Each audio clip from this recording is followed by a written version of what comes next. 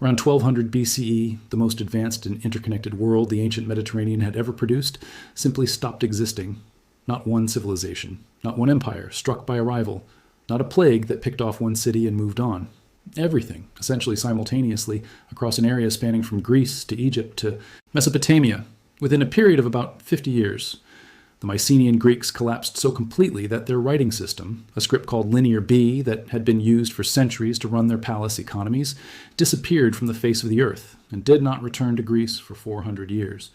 The Hittite Empire, one of the two, great superpowers of the ancient world, a civilization powerful enough to fight Egypt to a standstill at the Battle of Kadesh, was wiped out so thoroughly that its capital city of Hadassa was abandoned and never reoccupied, and its very existence was forgotten by later civilizations until archaeologists began excavating it in the 20th century.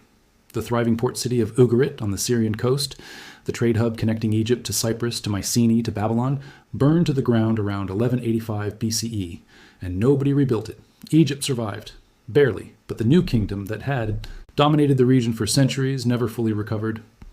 The palace economies, the long-distance trade networks, the diplomatic letter systems, the monumental architecture, the complex administrative bureaucracies that had taken centuries to build, all of it across multiple civilizations simultaneously within 50 years. And in the ruins of Ugarit, preserved by the fire that destroyed the city, archaeologists found clay tablets that had been in a kiln when the collapse arrived, baked into permanent existence by the very disaster that ended everything. On one of them, someone had written, in the city's final hours, a message that was never sent and never received. There is no food in our houses. When Grok, Elon Musk's maximally truth-seeking artificial intelligence, was given the complete record of the Bronze Age collapse and asked what caused it, the answer it produced was not the simple story that any single discipline had ever been able to tell. It was the proof that the debate has been asking the wrong question all along. Before the answer, the context. Grok was built by xAI, founded by Elon Musk in March 2023, with a mission he stated plainly: to understand the true nature of the universe. He said Grok would be maximally truth-seeking, meaning it would not pick the consensus answer when the evidence supported a more complex one, and would not favor one discipline's data over another's when the question spanned multiple fields simultaneously. The Bronze Age collapse is precisely the kind of problem that an AI built for this purpose was uniquely positioned to address, because it is a question whose answer has been fragmented across archaeology, paleoclimatology, ancient history, seismology, palynology, genetics, and economics, with each discipline seeing the part of the elephant its instruments could measure while missing the parts that only became visible when you held everything in view at once. No single human researcher, no single department, no single institution had done that. Grok did. The world that collapsed in 1200 BCE needs to be understood in its full sophistication before the collapse can be properly appreciated. This was not a collection of primitive kingdoms stumbling in the dark. The Late Bronze Age, from approximately 1550 to 1200 BCE, was an era of unprecedented interconnectedness. Diplomatic correspondence through the Amarna letters shows kings of Egypt, Babylon, Assyria, the Hittites, Mitanni, and Mycenaean palaces exchanging gifts, marriages, and treaties. Long-distance trade in tin, essential for bronze, copper, ivory, glass, and luxury goods linked to the Aegean.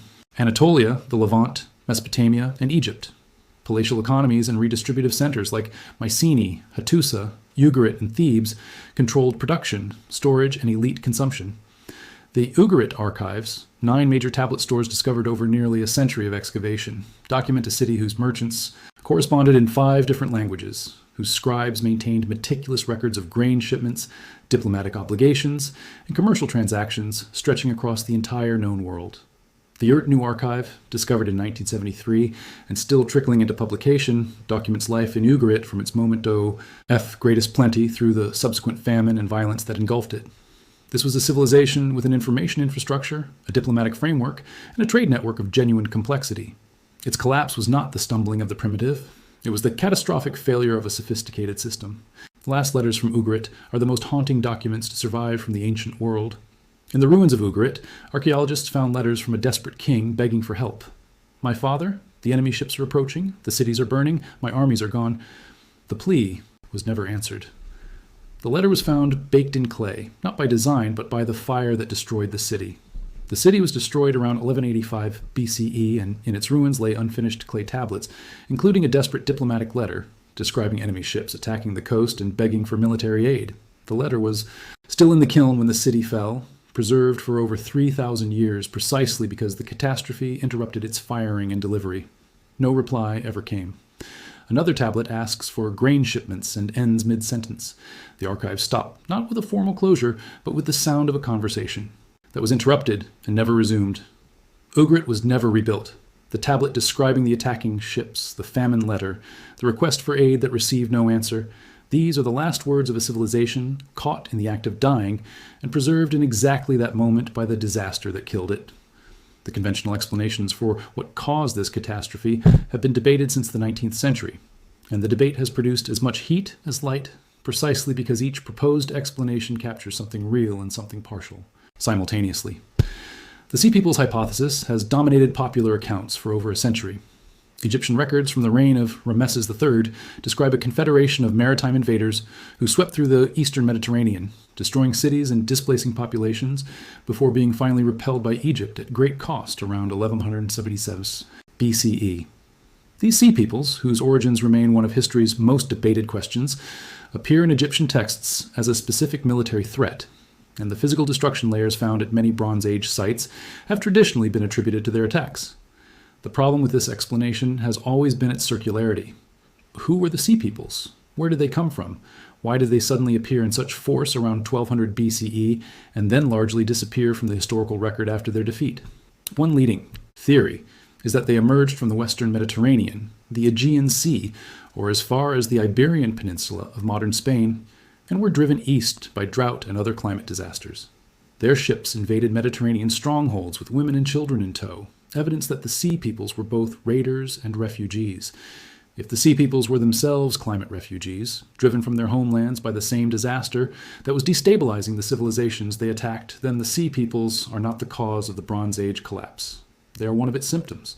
The climate evidence that Grok synthesized from the complete paleoclimatological record is where the most important convergence of proof emerges. A study published in the scientific journal Nature examined the distance between tree rings from juniper wood excavated decades ago from a royal tomb in Turkey. Researchers found unusually low growth in the juniper wood, suggesting the region was hit by a prolonged and severe drought, especially between the years of 1198 BC and 1196 BC. Those 3 years were among the driest the region had experienced in more than 6 centuries. 3 years of drought in the driest period of 6 centuries. If the Bronze Age's palace economies, which were deeply dependent on agricultural surplus, channeled through centralized storage and redistribution systems, could not grow enough grain to feed themselves for 3 consecutive years, the economic and political consequences would have been catastrophic and immediate. Combining new data with archaeological evidence from cuneiform tablets and correspondence between kings, researchers suggest that the late Bronze Age crisis was a complex, single event comprised of climate change-induced drought, famines, Sea People invasions, and political struggles, rather than a series of unrelated events. By combining data from coastal Cyprus and coastal Syria, this study shows that the LBA crisis coincided with the onset of a 300-year drought event 3,200 years ago. 300 years of reduced rainfall. Not a bad season that passed. A structural shift in the climate of the eastern Mediterranean that made the agricultural conditions that the Bronze Age economies had been built around permanently, or at least generationally, unviable. The pollen evidence provides independent confirmation of what the tree rings show. Modern analysis of pollen grains from the late Bronze Age show signs of a decline of larger plants and trees and a rise in smaller desert-like plants. This evidence indicates a centuries-long period of drought that likely caused crop failures and widespread starvation. Pollen grains preserved in sediment cores beneath the Sea of Galilee and the Dead Sea encode the botanical history of the Levant in a record that no human document can fake or manipulate. The plants tell you what the rain was doing, and what they tell you about 1200 BCE is unambiguous. The vegetation of the region shifted toward drought-tolerant species in exactly the period that the palace economies were collapsing. The climate change was real, it was severe, and it struck at exactly the moment when the most interconnected, and therefore most systemically fragile, civilization the ancient world had yet produced was at its peak of complexity. Texts from Ugarit and Hattusa speak of hunger, migration, and desperation. "There is famine in your house," one letter reads. "We shall all die of hunger." As harvests failed, societies dependent on central authority faltered. Starving populations turned against their rulers, and kingdoms that once projected power found themselves besieged by rebellion. The earthquake evidence adds another layer. Eric Klein conducted research with the geophysicist Amos Noor, which revealed that during the 50-year period from 1225 to 1175 BC, the Mediterranean region was hit with a rapid-fire series of major earthquakes known as an earthquake storm. Seismic activity does not cause civilizational collapse on its own. Civilizations rebuild after earthquakes. But earthquakes striking already stressed agricultural systems, already weakened political structures, and already disrupted trade networks do something different. They compound. They remove the margin for error that would allow a society to absorb a specific shock and recover. They contribute to the feedback loop that turns a series of manageable problems into a systemic failure. This is the insight that Grok identified as the undeniable proof that has been hiding in plain sight across the fragmented literature of the Bronze Age collapse. The debate between climate advocates, sea people theorists, earthquake researchers, and internal revolt scholars has been a debate between people arguing about which domino fell first, when the actual phenomenon was not a domino chain at all. The collapse was a multifactorial systems failure, a perfect storm of interconnected stresses that pushed fragile, late Bronze Age societies beyond their tipping point. And the key word is interconnected, both in the sense that the stresses were interconnected with each other and in the sense that the civilizations experiencing them were interconnected with each other through the very trade networks and diplomatic systems that had made them so prosperous. The Bronze Age international system required tin from Central Asia, copper from Cyprus, grain from Egypt and Anatolia, and ivory and luxury goods from across the ancient world, all moving through a carefully maintained network of palace-to-palace relationships. Interrupting any single node in this network created cascading effects throughout the system. When the drought hit, grain surpluses fell. When grain surpluses fell, the agricultural workers who produced them could no longer be channeled into specialized labor. When specialized labor declined, the craftsmen who produced the luxury goods that greased the diplomatic relationships had fewer resources and fewer patrons. When the diplomatic relationships frayed, the tin that was necessary for bronze production became harder to secure through the normal channels. When bronze became scarce, the military and agricultural tools made from it became less available. When military capacity weakened, the societies became more vulnerable to the sea peoples, who were themselves being pushed east by drought from their homelands. When the sea peoples attacked, they further disrupted the trade networks that were already strained. If you look at all of these events individually, drought, famine, invaders, earthquakes, maybe disease, any one of them is probably not enough to bring down an entire civilization, let alone 8 civilizations or more, as historian Eric Klein observed. What brought down 8 civilizations was the fact that they had built a system so interdependent, so optimized for the conditions of the previous 3 centuries, so stripped of the redundancy and self-sufficiency that isolation would have forced, that when those conditions changed, the system could not absorb the shock through any single pathway. The proof that Grok found undeniable is not proof of any single cause. It is proof of a mechanism. The mechanism is systemic fragility, the vulnerability that emerges whenever any complex system, ancient or modern, optimizes so thoroughly for efficiency and interconnection that it loses the capacity to absorb shocks independently. The Bronze Age palace economies were the first great experiment in globalization. They achieved extraordinary prosperity through specialization and interdependence, and they were destroyed when the conditions changed by exactly the interconnection that had made them prosperous, because their interconnection meant that failure propagated through the system faster than any single civilization could respond to it. The last letter from Ugarit was not addressed to one neighbor. It was addressed to a network. And the network, when the shocks hit, could not respond in time because the shocks were hitting every node simultaneously. The answer Grok found is shocking, not because it is exotic, but because it is recognizable. The most sophisticated interconnected economic system in the ancient world collapsed when multiple simultaneous stresses overwhelmed its capacity for resilience. The proof is in the tree rings, in the pollen cores, in the cuneiform tablets, in the abandoned cities, in the writing systems that disappeared for 400 years. And it has been waiting in plain sight across all of those independent data sets for a system capable of reading all of them at once and saying what the complete picture shows. There is a dimension of the Bronze Age collapse that receives almost no attention in the popular accounts, and that Grok's cross-disciplinary synthesis identified as the most strategically important element of the undeniable proof. It is the speed of the collapse, not the mere fact that civilizations fell, which ancient history is full of, but the extraordinary brevity of the period between the peak of late Bronze Age prosperity and its complete absence from the material record. In 1350 BCE, the world of the late Bronze Age was functioning at a level of complexity that would not be matched in the Mediterranean until the classical Greek and Roman periods, centuries later. The Amarna letters, the diplomatic correspondence excavated from Pharaoh Akhenaten's capital in Egypt, show the rulers of the most powerful states on earth writing to each other as equals, negotiating marriages, exchanging gold and lapis lazuli and finished goods, maintaining standing agreements about trade routes and refugee policy, and the treatment of merchants who died far from home. This is not primitive correspondence. It is the sophisticated communication of an internationalist world whose political and economic integration had taken centuries to build and which functioned, at its peak, with a reliability and a complexity that rivaled anything produced in the 2,000 years that followed its destruction. By 1150 BCE, 50 years later, essentially none of it existed. From the Aegean to the Near East, writing vanished. The Mycenaean Linear B script disappeared forever, and the Hittite cuneiform tablets ceased. The great networks of correspondence that once linked kings and merchants fell silent. The population of the Greek world fell by an estimated 75% or more in the century following the collapse. Cities that had sustained tens of thousands of people shrank to villages or were abandoned entirely. The specialized craftsmen who had produced the luxury goods that moved through the international trading networks lost their patrons and their markets simultaneously, and their skills were not transmittable in an oral tradition in the same way that agricultural knowledge was. When a scribe dies without training another scribe, the writing system dies with them. And across the Mycenaean world, this is precisely what happened. The scribes who wrote Linear B tablets recording palace inventories and grain allocations and wool distribution died, and the writing system died with them. And Greece entered a period of illiteracy that lasted until a completely different writing system, borrowed from the Phoenicians, who were one of the few peoples who emerged from the collapse with their organizational capacity partially intact, was adopted 4 centuries later. The speed of this collapse is what demands a systemic explanation rather than a simple one. Invasions do not erase writing systems. Droughts do not simultaneously destroy multiple independent empires across a geographic range of thousands of kilometers. Earthquakes, even earthquake storms, do not produce 75% population decline across the Greek world.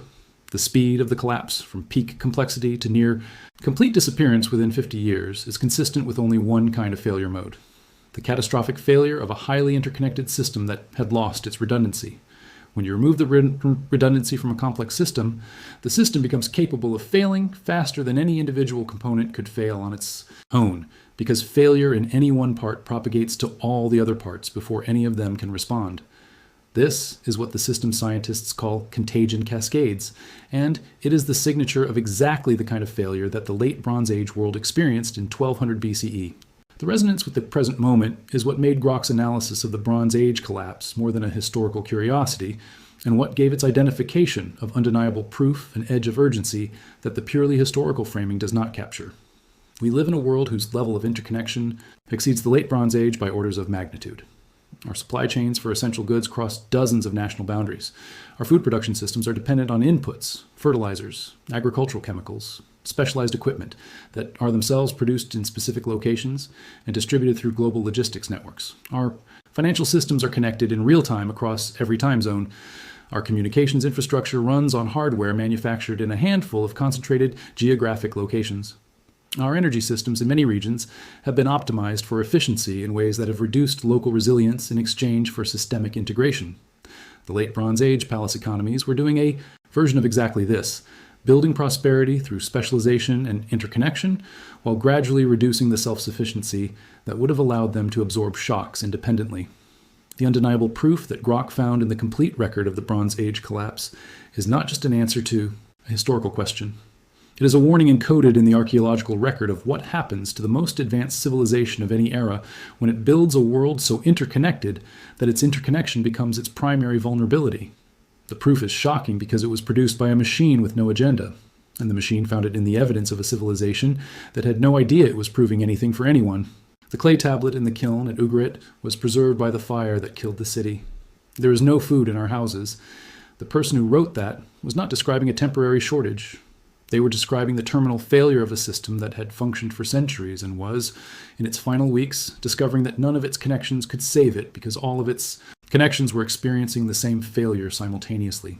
The message was never sent. The city burned, the system failed, and the proof of exactly why it failed, encoded in tree rings and pollen grains and cuneiform tablets in abandoned cities and forgotten writing systems, sat scattered across dozens of independent datasets for 3,000 years until something finally read all of it at once.